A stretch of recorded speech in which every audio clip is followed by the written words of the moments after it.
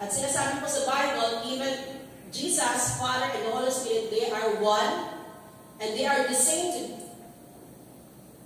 yesterday, today, and forever. So kung si Yahweh nagpaparusa ng kasalanan, in the Old Testament, magpaparusa din siya ng kasalanan at present times. So hindi po magbabago yun. Kaya kinakailangan po alam ng church kung ano yung mga teachings na natutunan niya. Meron din po naging sikat na nagturo na dumating na daw ang tribulation. Nangyayari na daw ang tribulation. So kung ang church, hindi niya alam ang salita ng Panginoon, masusway din siya. So we have to be very vigilant. That is why the church is doing everything. The leadership of the church is doing everything para mo i-educate. Not only to inform the church, but the church will be transformed by the teachings na tinuturo natin dito. Makikita po ninyo, hindi kami kumukuha ng ibang mga manuscripts, ng ibang mga books. God wants to be happy, God wants to bless. Hindi po kami kumukuha ng ganun because we would like to stick to the Word of God. Okay, number 2. They care for the flock on the surface, but their motive is to devour them. Pinapakita nila na nangangalaga sila sa flock, pero ang motibo nila is to devour the church. Okay? Next, Ate Hannah. They cause division by spreading lies, gossip, and destroy people's reputation. This is what the spirit of Jezebel is doing. If you remember Nabot, sino si Nabot? Si Nabot siya po yung may-ari ng vineyard ng ubasan. Sabi ni Ahab, gusto ko yung ubasan na yan. Dapat bibili ko sa'yo. Sabi ni Nabot, hindi ko pwedeng ibenta sa'yo kasi minana ko sa aking mga ninuno. So ngayon, nalungkot itong si Ahab. Napaka-spoiled brat talaga ni Ahab. Nalungkot siya. Nakita kayo ni Jezebel, ba't ka malungkot? Ba't ang hari ay malungkot? Sabi niya, kasi gusto kong bilhin yung ubasan ni Nabot ayaw ibenta sa akin. Sabi sa kanya ni Jezebel, hari ka. Huwag kang mag-alala kung gagawa ng paraan. Iba si Nabot sa isang handaan.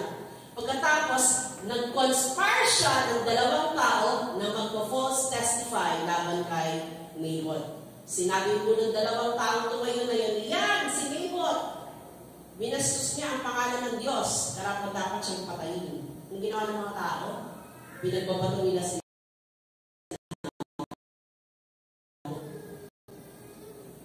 Yung kanyang, yung ubasan ni Nabot. Ganun po gumawa ng kwento si Jezebel. Destroying people's reputation, operating in lies, and gossip, pabulong-bulong. Because that is how he or she can manipulate the situation. Number 4. They use the Word of God by twisting it according to their own agenda. Gagamitin nila ang salita ng Panginoon to weaponize the Word of God against the people or the person. Yan po ang mga false prophets. Gagamitin nila ang salita ng Panginoon to their own advantage para lamang po ibagsak ang isang tao. At ang agenda po ng mga may Jezebel spirit is to claim the leadership. Not actually in full control of the church, but behind. Alam niyo po yung, kung familiar kayo sa mga Joseon Dynasty ng Korea, may binabanggit sila ng puppet king. And someone is manipulating behind that puppet king is yung nagko-control, nagmamanipulate ng situation. That is how the spirit of Jezebel operates in the church. Hindi siya necessarily in the position, but siya yung nasa likod to manipulate the leadership of the church. So be aware, church. Maging aware po tayo sa kilos. Hindi ko pa, gusto ko pong sabihin, baka sabihin po ninyo ang Jezebel spirit, it can be influenced. Okay? It can be influenced. For example, Hindi ko alam na meron akong Jezebel spirit.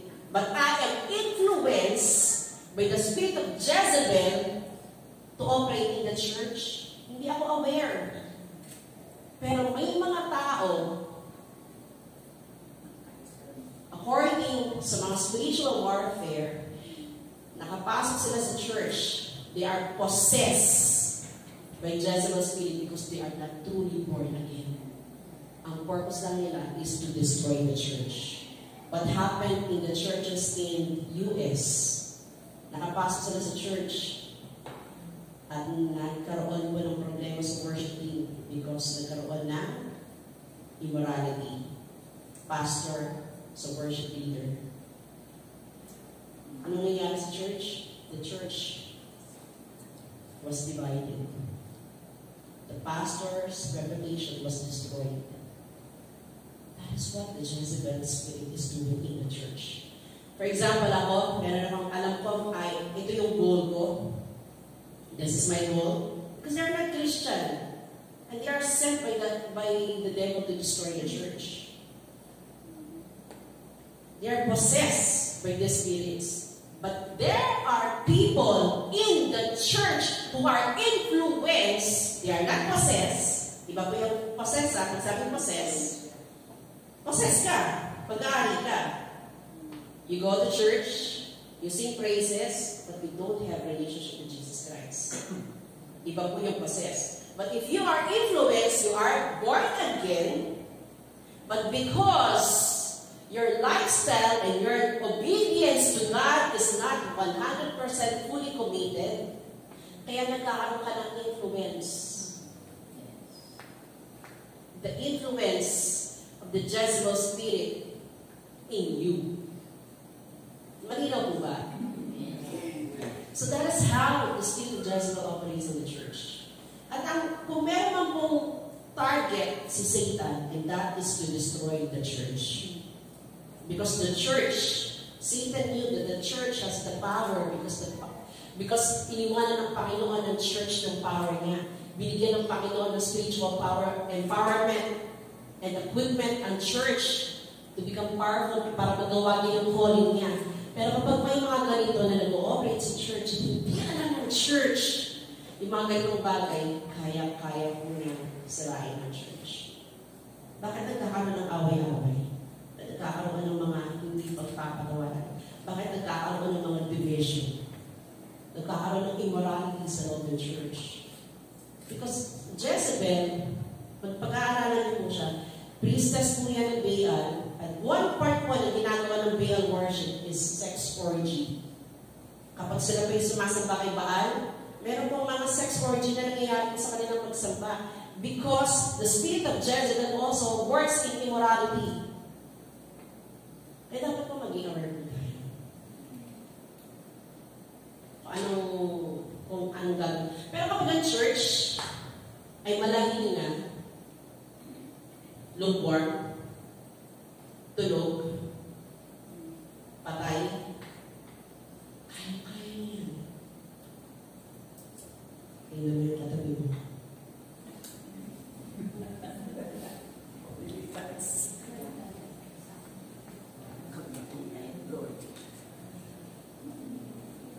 So we wanted the church to be empowered and armed because the devil is working his best to destroy God's agenda for the church. Sige pa, hanap kayo ba? They condemn people to the point of breaking them. They are like modern-day Pharisees whom Jesus abhors. Para silang mga modern-day Pharisees, they focus on the physical holiness. Dapat ganito ka, dapat ganyan ka. They don't care about inward transformation. And lastly, they care about money. Ito po yung characteristics ng Jezebel spirit. And we wanted to inform and educate the church so that alam natin. At kapag meron tayong a sense in our spirit, itong tao to, kinakailangan pagpahin natin. siya. Baka hindi niya intensyon na i-influensya ka, na internet person kung natin pag-usapan. Kasi tayo, dito tayo magaling eh. Kaya lalo na susugatan ng katawan ni Kristo, katulad ng sinabi ko, teaching na naging Sunday school namin last Sunday, lalo na susugatan, lalo na dudumihan ng katawan ni Kristo. Kasi nagbabato tayo ng putik. Binabato natin ng putik ang bawat isa, and we are not aware na pati tayo nadudumihan ng putik na binabato natin. And if we tend to destroy, to hurt, to wound the body of Christ, it is Christ's body ang nasusugatan. Ang katawan ni Kristo nasusugatan, nasasaktan. Bahagi po tayo ng katawan ni Kristo. Maliit man o malaki ang iyong ambag sa Panginoon, bahagi ka ng katawan ni Kristo. At may malasakit ang Diyos sa iyo. Tingnan mo katabi mo. Sabihin mo, bahagi ka ng katawan ni Kristo.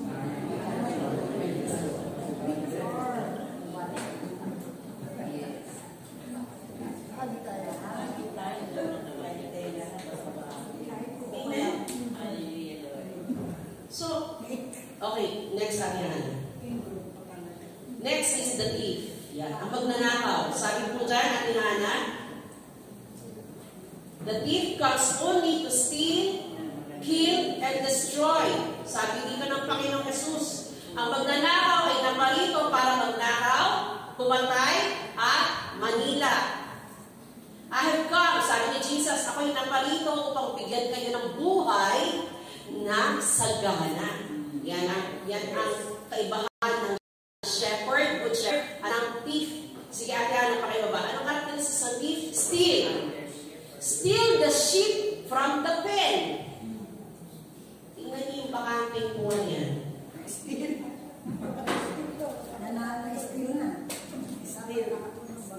We aim that the church will be kept together in the hands of God.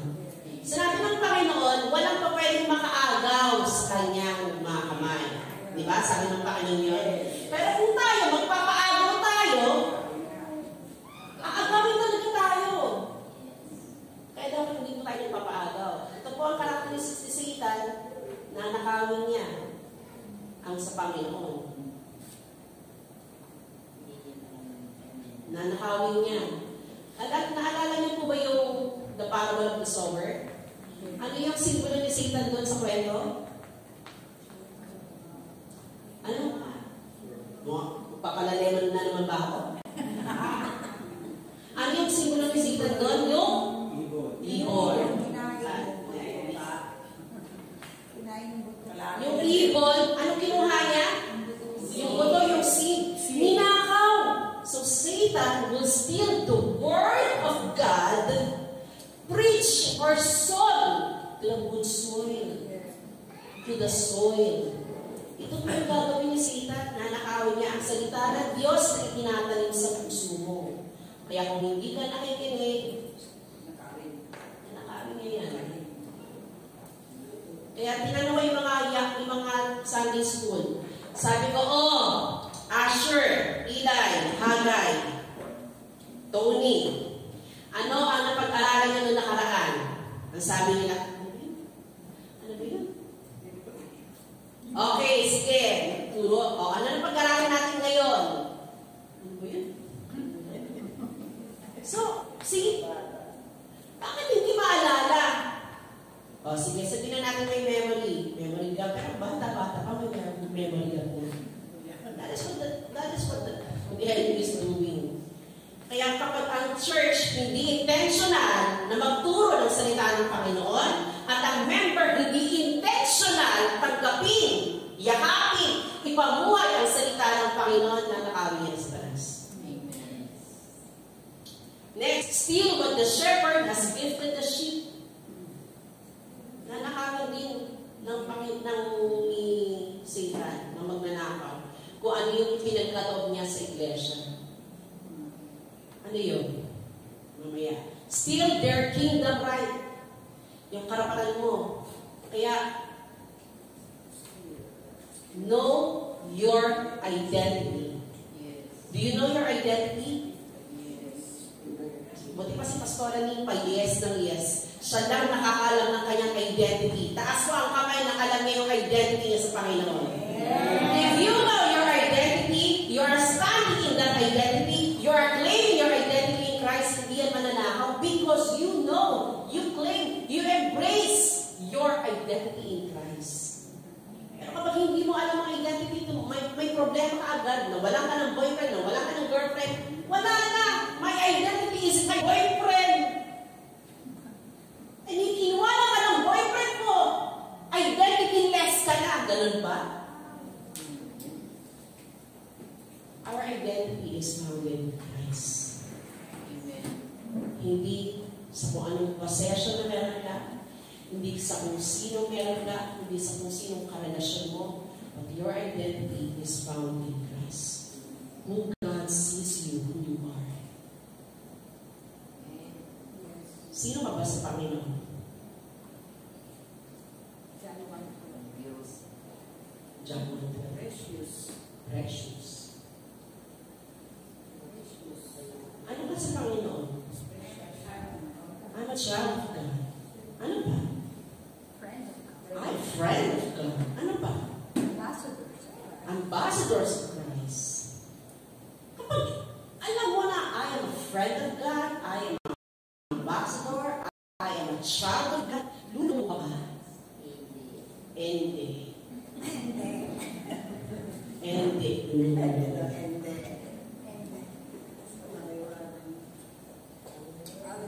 Tingnan mo yung katabi mo ulit. Parang pang-lulukul. Ano man?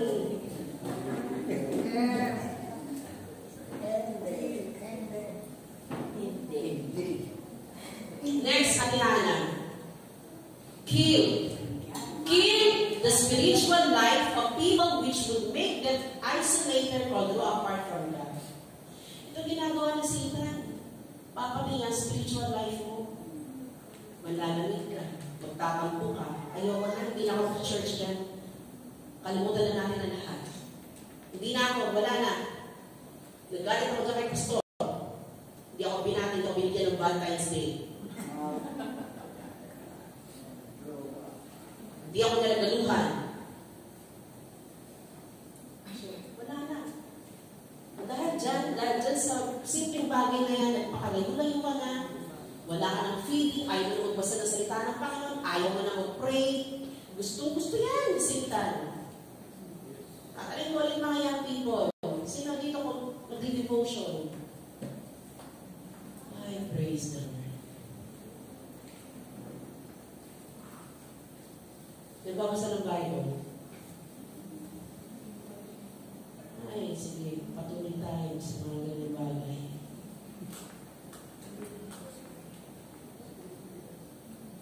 Amen. Yes, praise God. Hallelujah.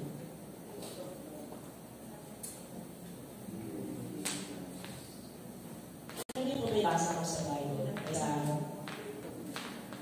Facebook. Sabi ko ng tao yun, I pray that Jesus Christ be the center of my life, not just a part of it. Because marami pong mga pagkakataon, part lang si Jesus ng buhay natin. Hindi center ng life natin. If Jesus is the center of your life and decision, every waking hours, you talk to God, you ask God, Lord, gano'n ko ba ito? Lord, mag-resign na ako. Lord, nag-resign na ako, paano na yan? Lord, saan ako pupunta? Anong idadalhin ko? Anong sasabihin ko, Panginoon? You are fully dependent on God.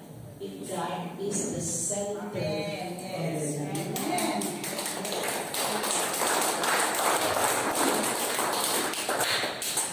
Bagamat napaganda nito,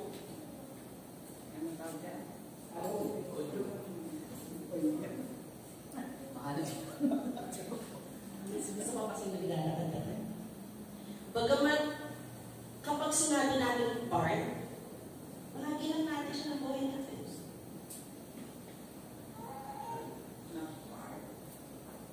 So, is Jesus real? Kaya minsan, ang hirap awitin yung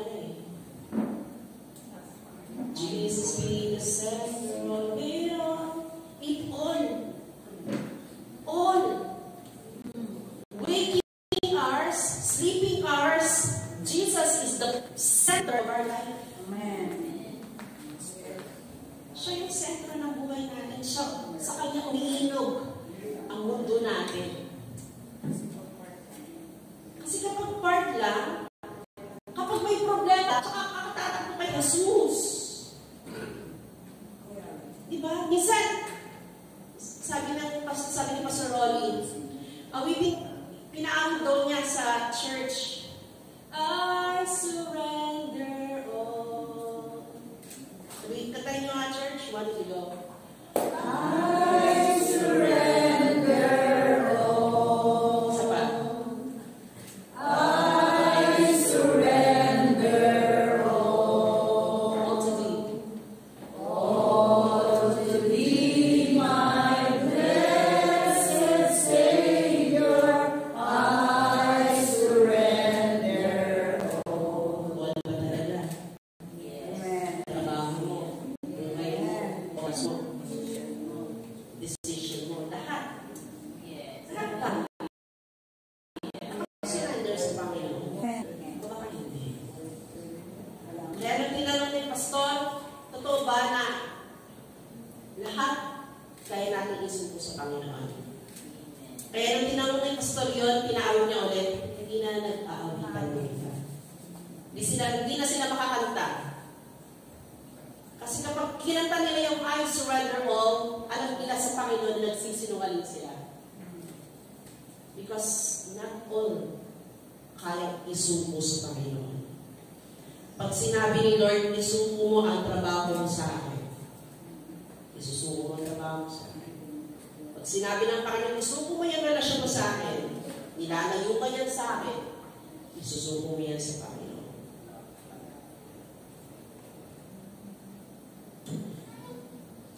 Isuko mo yung pride mo sa akin. Isuko mo yan. Sinisira ka yan. Isuko mo yung vices mo yan sa akin. Isuko mo yan because that is destroying you. That is what Satan wants to do.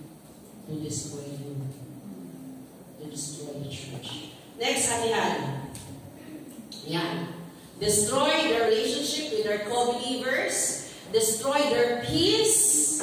Destroy their identity. Destroy their concept of God. This is what the enemy wants to destroy. Gusto niyang sirain ang mga relasyon natin sa bawat isa. Gusto niyang sirain ang ating kapayapaan kaya hindi ka makatulog sa gabi. Because the Satan is destroying your peace. Stealing your joy. Destroying your identity in Christ. At sasabihin niya sa iyo, hindi wala kang kwenta, hindi ka karapat-dapat sa Panginoon dahil marumi ka. Kaya sabi nila, babalik lang ako sa Panginoon kapag ayos na ako at buo na ako. Kailan pa yun? Maggagawa mo ba on your own? Hindi. Kaya yung mga nagsabing babalik sila sa Panginoon kapag ayos at okay na sila, mas lalong hindi sila nakabalik. Dahil mag-isa lang nila ginawa yung pag-ayos sa sarili nila. Aminin natin hindi. Without God, it's impossible. Kaya mga kaibigan, ito pong ginagawa ng thief. Next, sabi yan, the hireling. Ano ibig sabihin ng hireling? Hinar. Bayaran. Okay. Sabi ni Jalan Hana, ano ba? The hireling, he who is a hard hand and not a shepherd, who is not the owner of the sheep, sees the wolf coming. Nakita niyo parating yung wolf. Ang ginawa niya, iniwanan niya yung mga tupa. At siya ay tumakas. And the wolf snatches them and scatters them. Nagkaroon tuloy ng opportunity ang magnanakaw sirain, ikalat yung mga tuwa ng Panginoon sapagkat yung nagbabantay na bayaran lang, ay iwan sila. Taas ang church. May bayaran ba dito? Bakit ka naglilingkod, Pastor Anipa, sa halagang 1,000 pesos? Naglilingkod ka pa sa church? Yes, sa Panginoon. Diba? Maglilingkod ka ba hanggang meron kang 20,000 na sinasahod sa church? Hindi ka bayaran. Lingkod ka ng Diyos. Kung bayaran lang, tatanggapin ba namin yung 100? Magkano na ba yung inanalisin? Hindi na ako mahihiyak. 172 pesos weekly! Kulang pa pang libre ng lemon tea! Lemon tea ako na lang. Lemon ni John Pay! Tatanggapin ba namin? Halos magutom, mauha, umiyak, maglupasay, sama ng loob! Lord, not my emotion. Contain my emotion.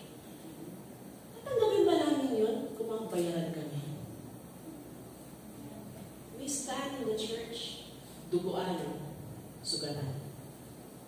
Kaya mahal namin yung church. Yeah. Huwag mo na kayo malaka. Huwag mo na kayo malaka. We care for what would happen in the young people. Umiiyak, unang umiiyak kapag may na-heartbroken na kabataan. Nag-aalala kapag hindi makita kabataan.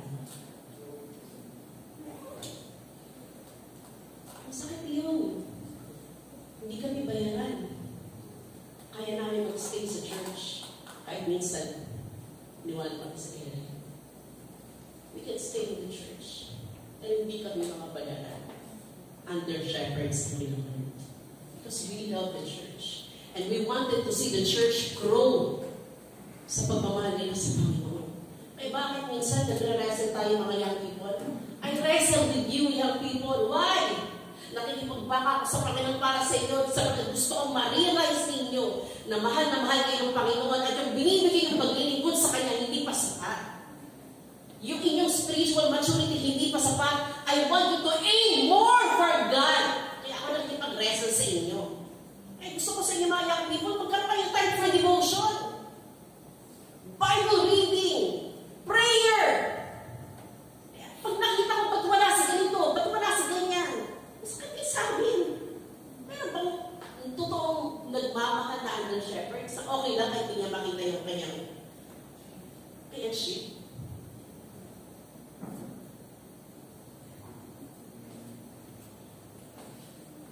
So, ang Zaharli, kapag siya makita niya yung problema, tatakas na rin. He flees because he is a hired hand and is not concerned about the sheep. Wala siyang pakialam sa tumpay. Paiwanan niya lang. Sige, Ate Hannah. Ang characteristics ng Hannah, hindi siya may-ari. Kaya okay lang sa kanya. Sees the wolf coming and leaves the sheep. He flees because he's not concerned and he only cares about the money. Ang gusto niya lang yung pasahod sa kanya. Ngayon, under shepherds, taas na kami.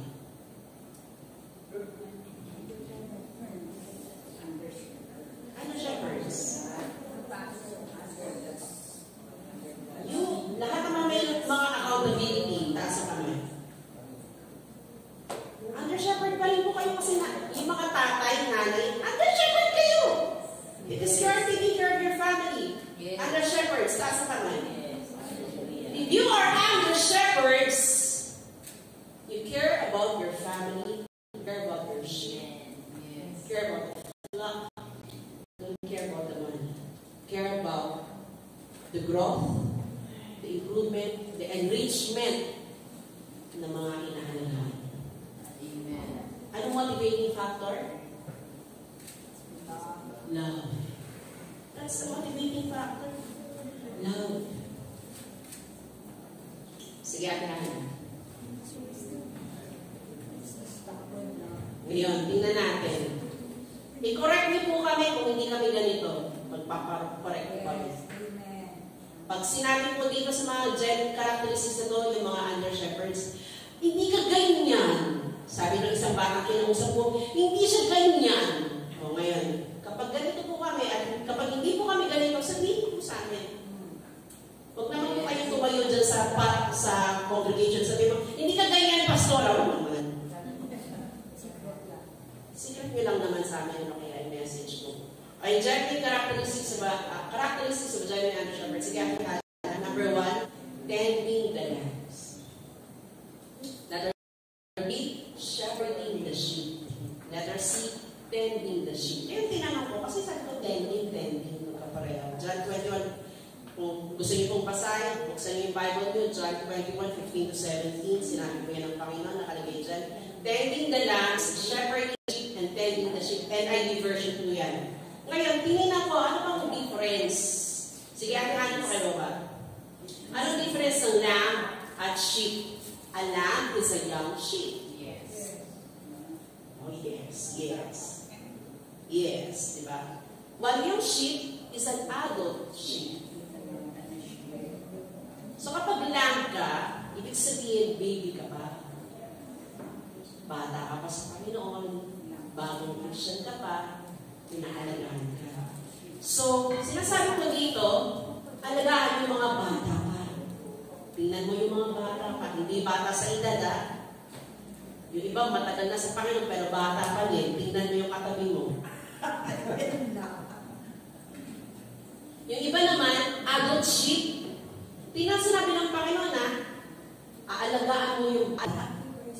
Pati yung matanda. Pati yung mga seller, aalagaan. O, tingnan yung mga seller. Alagain na talaga yan.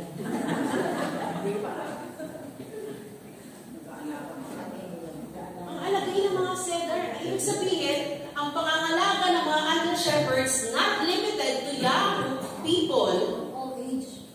but all age. We should shepherd all age. Walang bata hanggang matanda. Hindi porkit sheep na siya, ay hindi na siya kailangan alagaan. Alam niya na, kaya huwag niyo pong sasabihin, alam ko na yan! Then lahat po kinakailangan alagaan. At huwag ko lang sasabihin na, sheep, hindi mo kailangan ng kailangan mo. Sabihin mo sa tabi mo, kailangan mo.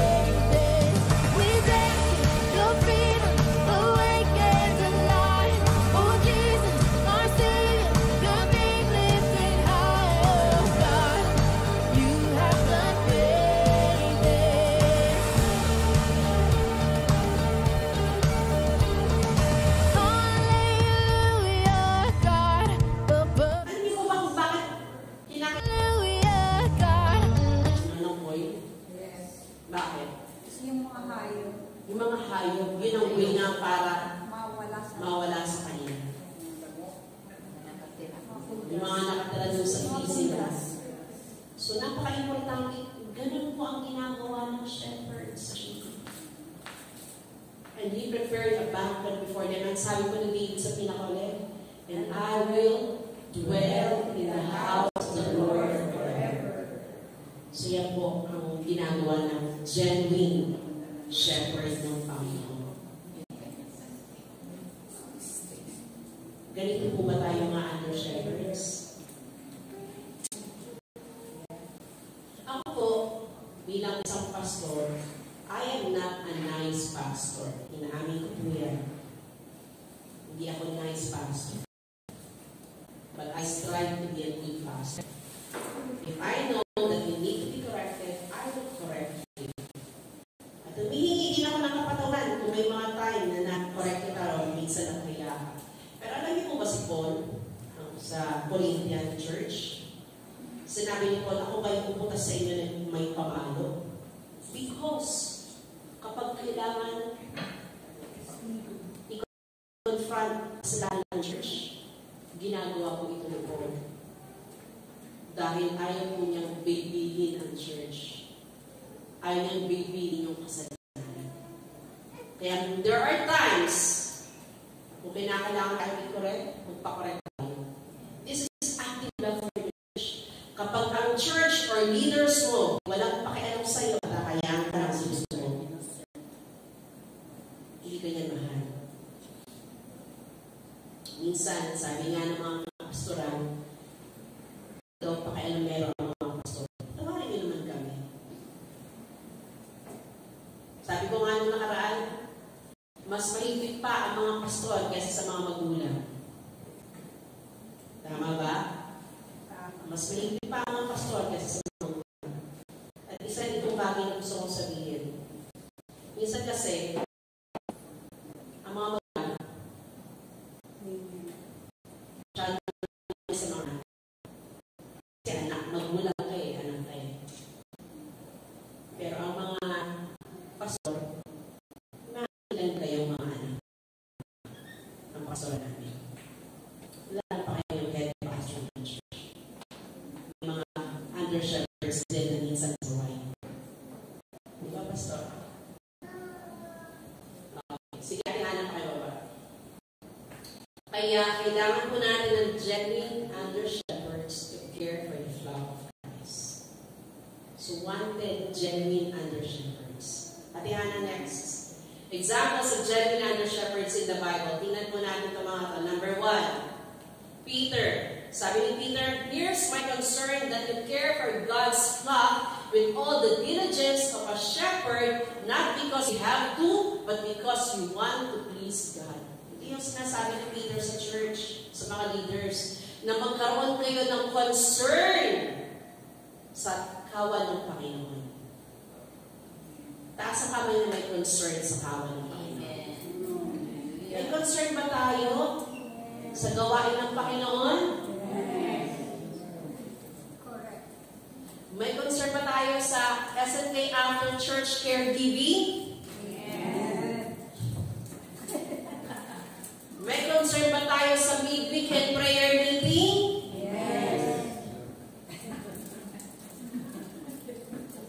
May concern ba tayo sa worship? May concern ba tayo na kailangan mag-start na maaga ang church? Bakit ko nagsasabi ko? Action speaks louder than words. Action speaks louder than our amen. If you are truly concerned for the church, let your amen, let your action be louder than your amen. Yes. Amen. Ito simple lang po ito Pasensya na po. Anong oras na? 11:30. Sige, mga 12:30 matatapos tayo. Okay. Ito po ito simple lang to. Magtapon ng basura sa church. Pagkatapos kumain, yung paper plates sa iniwan. May concern ba kayo sa church? Yung mga pinagkainan ng mga iniwanan dyan sa lababo. Wala kayong pakialam kung sino yung magbubugas. Wala kayong pakialam kung sino yung maglilipit. Basta tayo, nakakain tayo.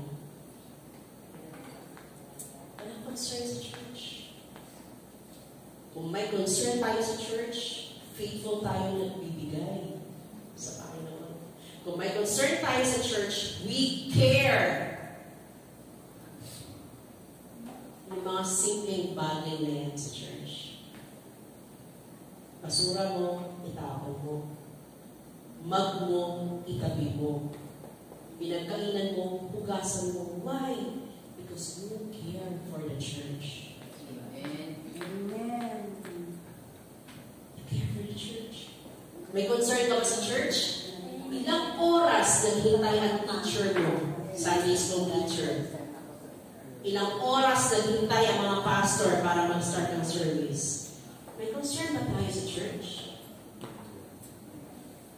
Let our actions be louder than our amen. If we truly love the church, it shows in our action because Jesus truly loved the world. Pinakita niya. He died on the cross for you and for me. Now, Jesus, nagawa niya yung trabaho niya. Tayo, ano ang concern natin? Ano ang natin sa church? After pakainin tayo, physically and spiritually, iwanan lang natin ang church. Ang daming kalat sa lamesa, iba na saan. Sino magbubugas? Si Uncle Andrew, Pastor Anipa, at yung ibang mga nandito. Do we have a concern for the church?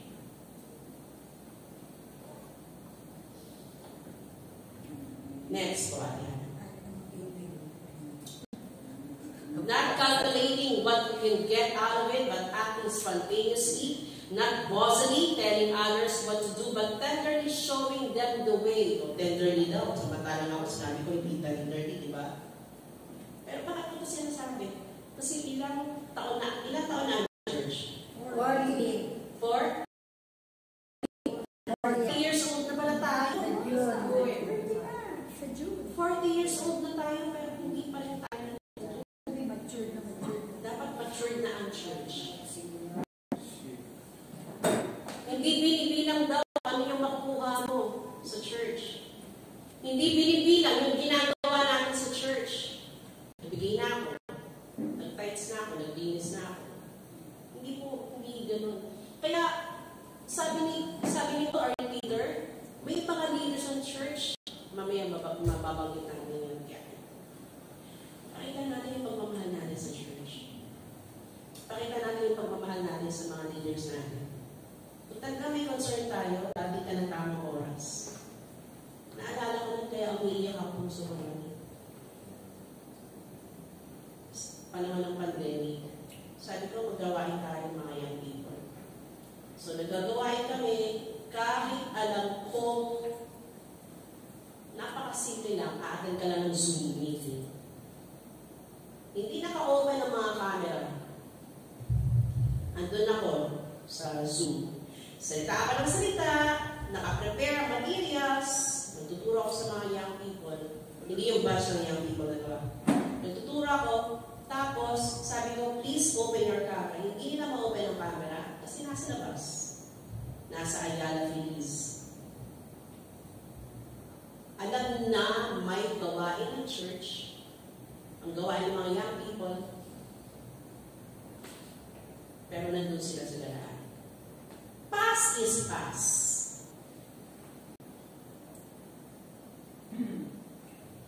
Kung mahal natin ang ating church, pagsikapan po natin gawin ang nararapat para sa Panginoon. Amen. Hindi para sa leader mo, hindi para sa church. Gawin na lang natin para sa Panginoon. Amen. Hindi mo gagawin dahil kay Pastor Ayon. Hindi mo gagawin dahil kay Pastor Becca. Hindi mo gagawin kay Pastor Limpa. Hindi natin gagawin dahil kay Pastor Hazel. Hindi gagawin natin para sa Panginoon. para maging valid yung service natin. Yes. Next po, sabi dyan, Ate Hannah, sumunod, si Paul. Apart from such external things, there is the daily pressure on me of concern for all the churches. Sabi ni Paul, talagang mahihirapan ako dahil nag-aalala ako para sa church. Ang daming church. Ang dami yung mga inaalaga ang church. Ang dami yung mga sinusulatan ng mga church. May concern siya about church, may mga problema. Sabi natin sa mga taga-Galatians, ganito pa si Paul, ganito po siya, ka-doer, at saka ka-tapang. Mga mangmang na mga taga-Galatia. Tinawag niyang mangmang. At ang sabi niya sa mga taga-Korinto, pagdating ko dyan, magkaano ba tayo ng mayang ba akong magdadala ako sa inyo ng pamalo? Ganito po siya, katindi, si Paul. Dahil alam po niya, kung kinakailangan ng disiplinahin ng church, kailangan disiplinahin ng church.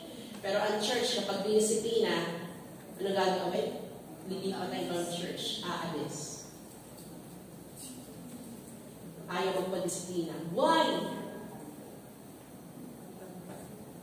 Baliwala lang sa kanila. Pero ito pinapakita ni Paul, Paul is concerned for you. The churches. Sila po yung mga halimbawa nito. Mayroong malasakit sa church ng Panginoon. Next, Ate Hannah.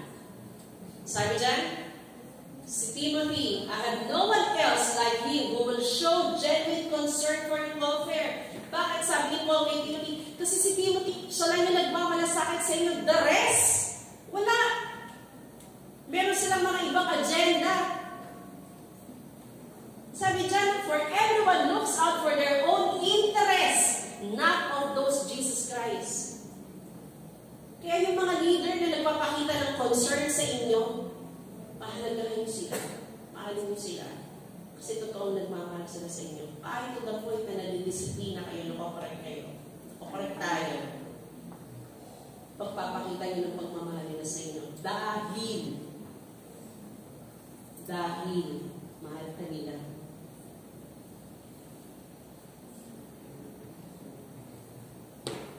Pwede na po kayo kumalaka.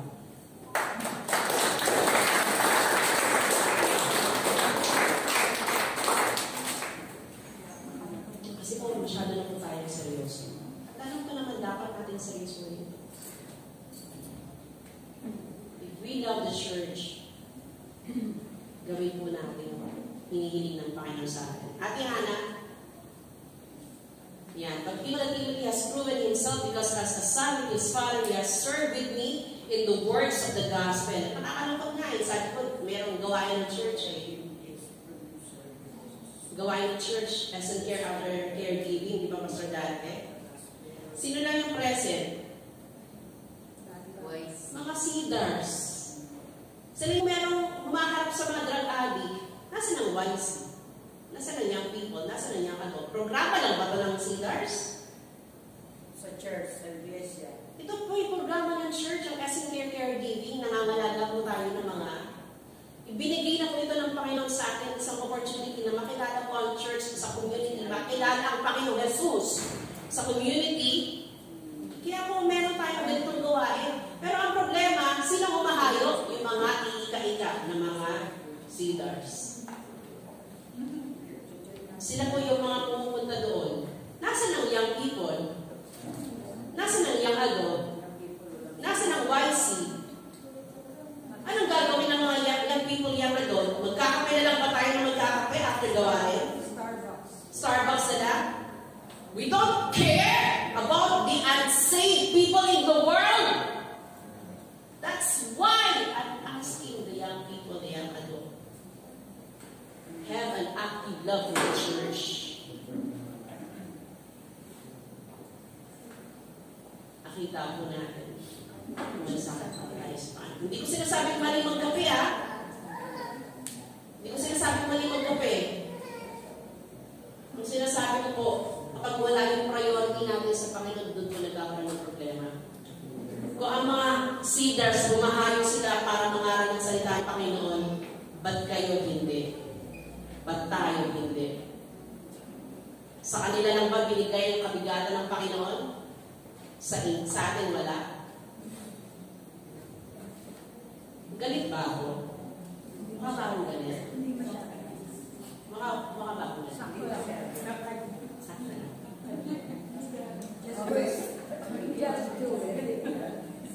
Sabi ko lang. Kasi ako nakita ko si Chami at saka si Nina at saka si Chester. Diba? Kasi kung yung mga pastor natin na matatanda na, darating ang time, lilipas din yung mga yan. Yes. Sino ang raise up ng leader ng church ng mga ngalaga sa mga drug addict?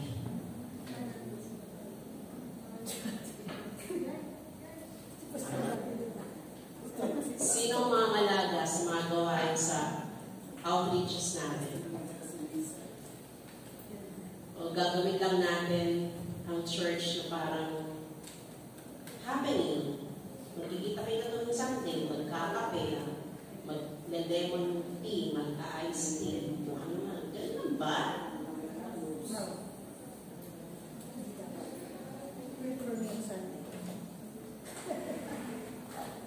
Strive tayo ng higher service sa Panginoon. Sige, Ate Hannah. Conclusion. Yan, palapakan natin ang conclusion yan. Tumanda sila dahil conclusion. Actually, mga 10 page pa po yun.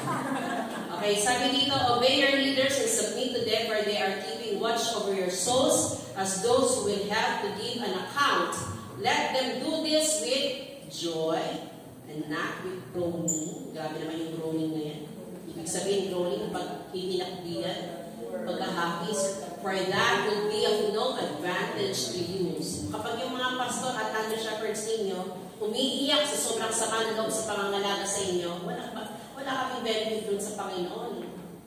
Kaya huwag naman. Maglingkod naman kami sa iyo ng sayang-sayang kami. Yes! Hallelujah!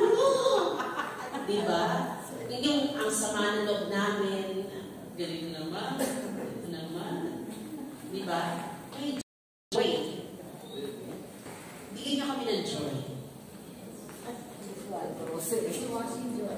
Okay? Next. It encourages followers to obey their leaders because they are responsible for the spiritual well-being of those they lead and should be able to do so with joy. So yung pagtuturo, paglilingkod natin sa Panginoon ay may kagalakan. Amen. Tumayo mga under shepherds. Tayo po tayo, sige, mga under shepherds. Tumayo.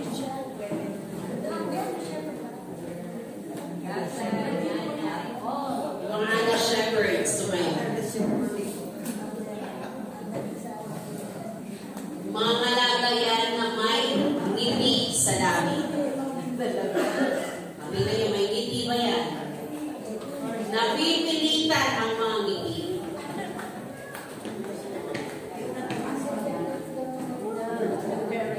Under shepherds, may joy. Hindi pasanin ang paglingkod sa Panginoon. Amen? Kasi pwede na po tayo mo. Okay, next, Ate Hannah.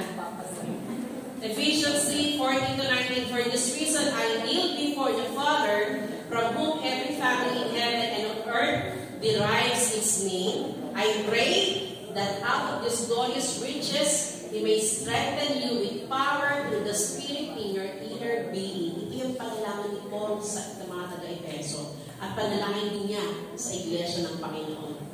Na patatagin glorious riches, strengthened with power through the Spirit of God in your inner being.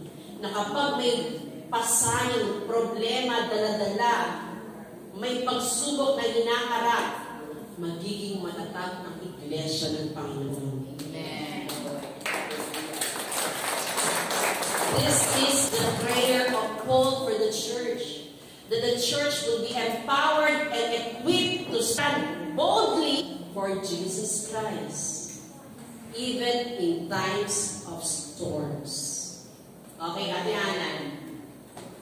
So that Christ may dwell in your hearts through faith. Ito yung panalangin ni Paul para sa church. At ang pag-ibig ng Panginoon ay manatili sa inyong mga puso sa pamamagitan ng pananampalataya at ang panalangin niya that you, being rooted and established in love, mag-ugat at maging matibay sa pagmamahal sa Panginoon, will have or may have power together with all the Lord's holy people. This is the prayer of under shepherds. Na ang church ay magkaroon ng kapangyarihan, maging matatag, maging rooted sa kanyang pananampalataya at relasyon niya sa Panginoon. Hindi para maging may-ari ka ng kung ano-anong mga kumpanya, hindi para maging graduate ka, hindi lang yun, panglupa lang yun. Ang sabi ni Paul, maging matatag kayo sa pananampalataya ninyo sa Panginoon. Dumating ng mga pagsubok, nananatili ka na nakatayo sa Panginoon. To grasp how wide and long and high and deep is the love of Christ. Amen. Para maranasan mo, maunawaan mo kung gaano kalalim, kalawak ang pag-ibig ng Panginoon para sa iyo. Para kahit mag-broken hearted ka man, tatayo ka, masaya ka, matagumpay ka dahil alam mo, rooted ka sa Panginoon. Yan ang panalangin ni Paul para sa church. This is the prayer of our hearts as under shepherds. That the church na ibinigay sa atin ng Panginoon, maabot niya ang spiritual maturity na nais ang Panginoon para sa kanya. Alam namin hindi mabilis. Alam namin dahan-dahan. Alam namin may proseso. That is why we're praying. We're in this together, church. Magtulong-tulong tayo. Kung tinutulungan niyo kami, tulungan natin sa isa para ma-achieve natin yung goal ng Panginoon para sa church. Meron pa ba, Ate Ana? And to know this love that surpasses knowledge, that you may be filled with sabi ni Paul, very inspired talaga siya ng Holy Spirit. Sabi niya, and to know this love, upang malaman mo ang pag-ibig na ito ng Panginoon, that surpasses, na higit pa sa kaalaman, that you may be filled, upang kayo mapuno, to the measure ng anin? Fullness of God. Ano niyo po kung sinabing fullness of God? The wholeness of God dwelling in you. Ma-experience mo. Kaya yung sinabi pa ng writer, that you may know and see and taste that the Lord is good. This is it, church. The fullness of God. Who He is, what He is in your lives. Amen. Dalas natin ang Panginoon. Hindi lamang dahil sa sinabi ni Sister Ganji, hindi lamang dahil sa testimony ni Pastor Rebecca, hindi lamang dahil sa sinabi ng mga preachers, kundi ikaw mismo, dalas mo ang Panginoon sa buhay. Yeah. Yung kanyang fullness ng Panginoon. Meron ba, Hana? Wala na. Tayo muna tayo.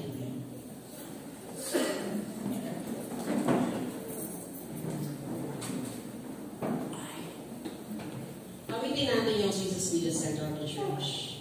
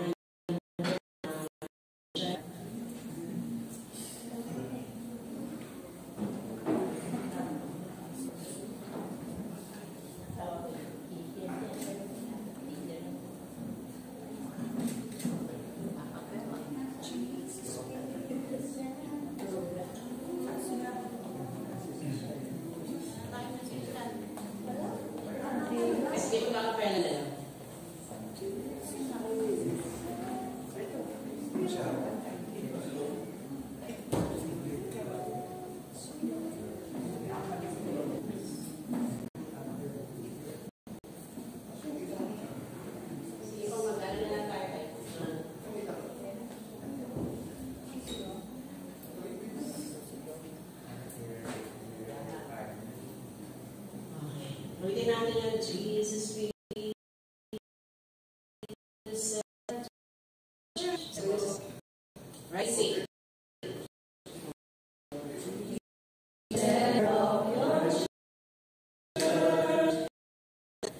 Jesus be the center of your church. From the beginning to the end, it always be.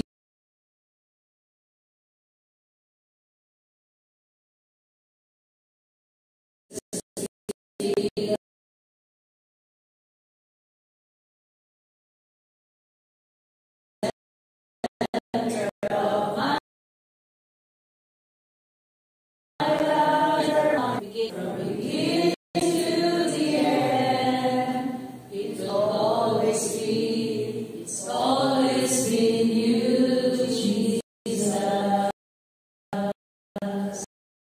Jesus.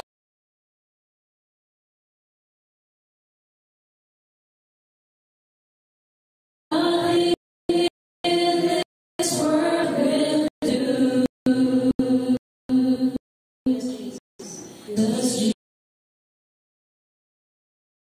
Jesus, you're center, and everything revolves around you. Nothing else matters. Nothing in this world will do. 'Cause Jesus, you're the center, and everything revolves around you. Jesus is the church. Jesus be the center of your church. Jesus be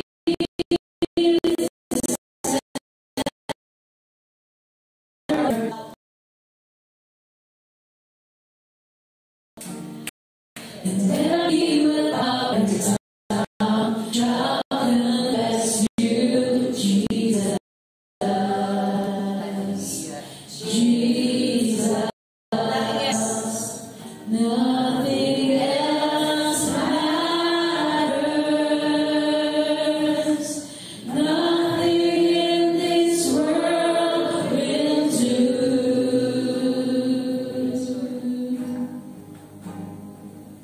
'Cause Jesus, you're the center, and everything revolves around you.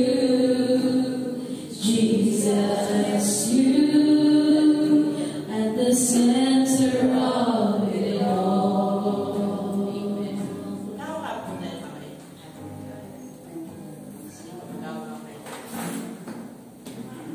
Steady po. Wala pong putol. Ibig sabihin, wala pong magpuputol. Wala pong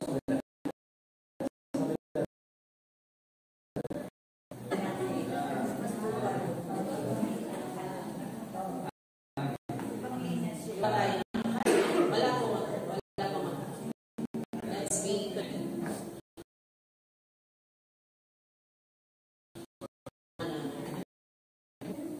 Set po kayo. Huwag po kayong hiyang mag-awang. Dahil isa po yan sa dapat natin pag-aralan na huwag hiyang makapaghawakan. Okay? Huwag hiyang makapaghawakan. Walang mahirap sa church.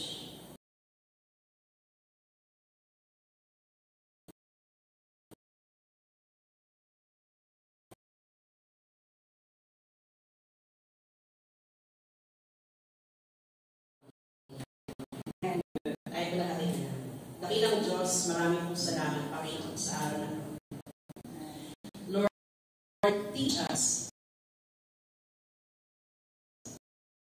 that after we as your body, O God, you have put us together firmly in your body, Panginoon. And we pray, O God, kung paano namin minamahal, O Diyos, ang aming sarili, ang sigit na mahalin ang aming kapwa. Ang aming kalwa sa bawat isa, na nasa dami ng bawat isa, Lord, we pray us stand for goodness and love. And may we be humble enough to ask for forgiveness. Lord, the church. Heal us from our hurt, from all of our brokenness. Kung nasaktan kami ng church, we pray, dear God, heal us. Sapagkat hindi ito ang nais mo para sa iyo, church. We pray, Lord God, alisin niyo, Panginoon, sa isipan namin ang mga negatibong isipan namin sa aming kapwa. Magkaroon kami, Panginoon, ng malinis na puso at tinitignan namin ang bawat isa kung paano kami tinitignan ni Kristo. Makasalanan, ngunit pinahago, pinatawad. Ganun din, Panginoon, ang gawin namin sa aming kapwa. Nagkasala sila sa amin, kaya pinapatawad nila. Pinapatawad namin sila. The love of Jesus Christ be so powerful in the hearts of everyone so that we will not look to the mistakes of others, to the weakness of others. And we pray also, magkaroon kami, O Diyos, ng pagmamahal at pagmamalasakit sa church. Walang gamit ng church, kaperahan ng church, mga lingkod ng church. Panginoon, ipakita namin ang pagmamahal namin sa iglesia. Na higit, Panginoon, sa pagturing namin sa aming trabaho. Kung paano namin higit namin, mas mahalaga ang iyong iglesia. Ang pagpapahalaga namin, Panginoon, sa iyong gawain, sa aming mga leaders, sa mga gamit ng church, Panginoon, we pray, may we show the active love for the church. This is our prayer, God.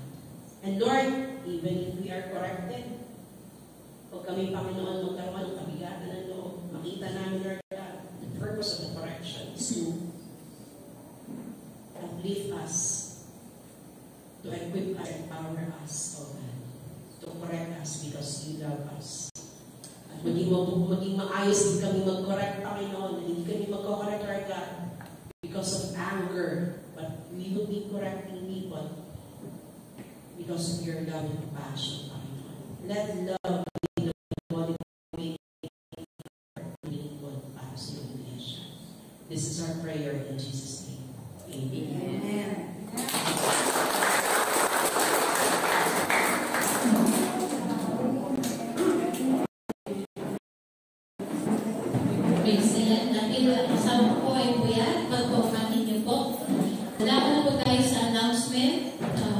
Tawagin ko po ang ating PRO at Medea.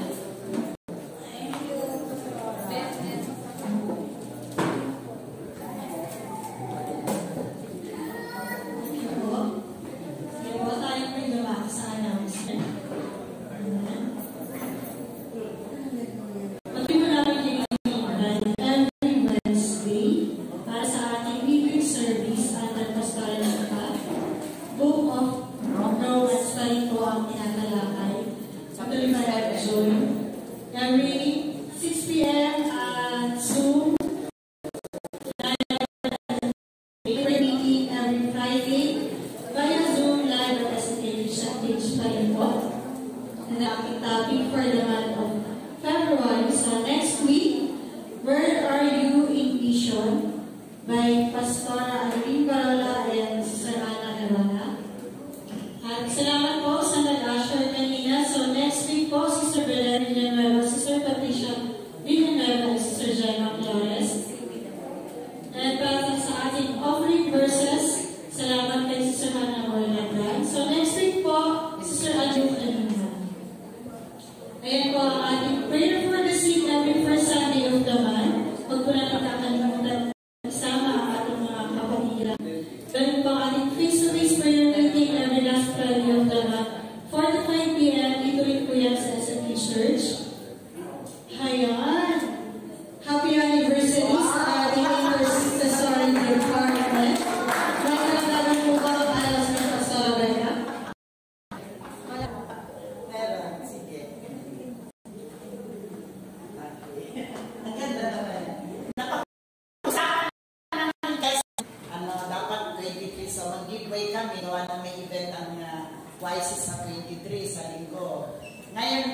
ngayon na lang ang intercessors. Pero, usapan namin sana sa park. Pero, alang-alang dun sa mga nagme-maintenance.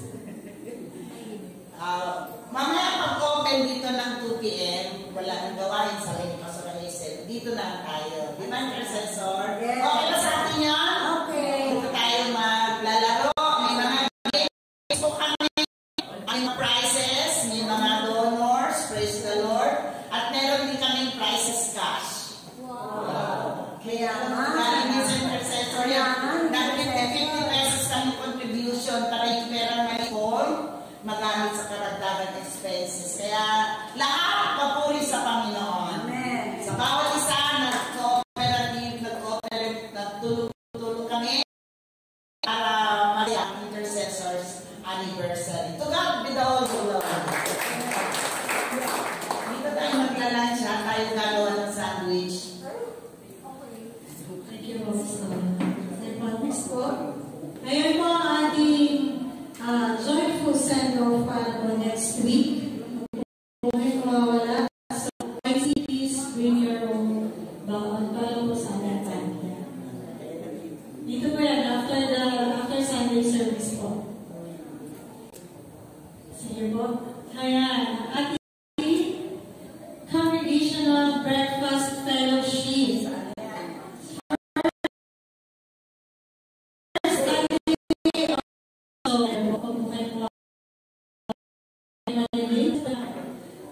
Times and that time is nandun lang. So, talaga ko si Pastor. Yes, huwag po kayong mawawala sa araw na yan. Ang gusto ko ng church, magkaroon po tayo ng long na fellowship. Kaya dapat dumating po kayo sa time na 7 sapagkat pag dumating na po yung 9, dahil fast. So, magliligpit na po. Para huwag na po kayo pumunta ng 8:45 or 50, mga ganon sapagkat wala na pong oras. So, kaya nga po, fellowship, ibig sabihin, we have time na magkaroon po tayo ng pumustahan. Alam nyo, masarap po yung fellowship na nagkakainan. Huwag po kayong mag-alala, pakakainin po kayo ng church. So, dapat narito po kayo sa time. Sige po, Pastor. Sige po, para sa ating other announcement, meron po ba?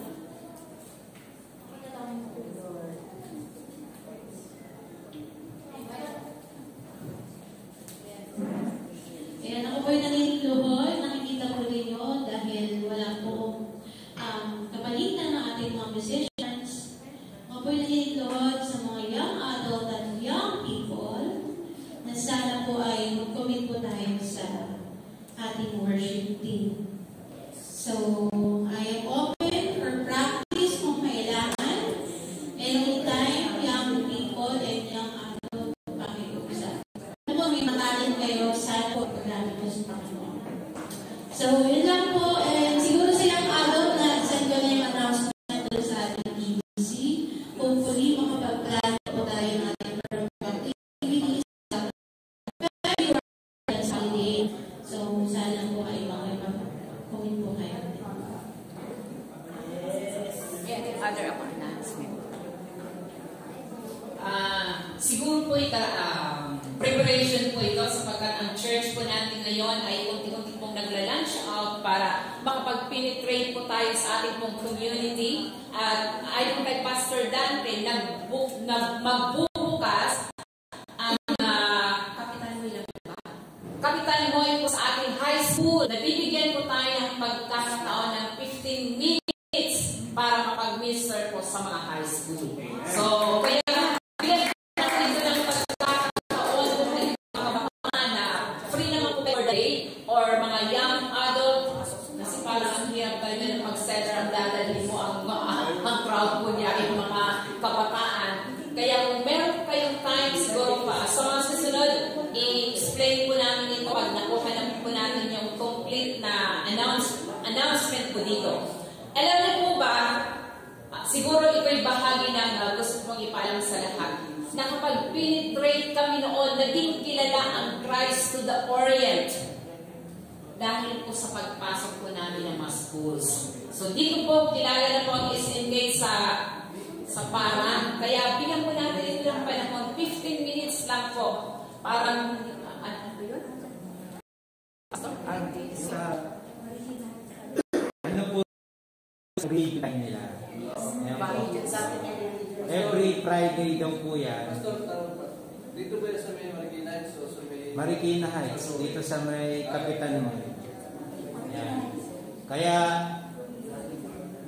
handa po kayo, no, na magbigay po tayo ng panahon para abutin yung mga estudyante rito. Yan. Salamat po. Pagpalain po ang Diyos. Meron pa po ba? Kung wala na po si Pag-Alert tumayo, tinatawag po for closing prayer. Ika verse blessing. Tuloy siya po para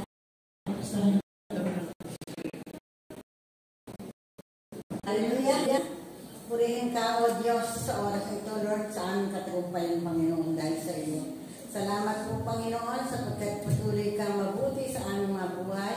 Salamat sa iyong mga salita, Panginoon. Maraming salamat, Panginoon. Talagang hindi ka nagkulang, Panginoon. Salamat sa lahat ng ginagawa mo sa amin.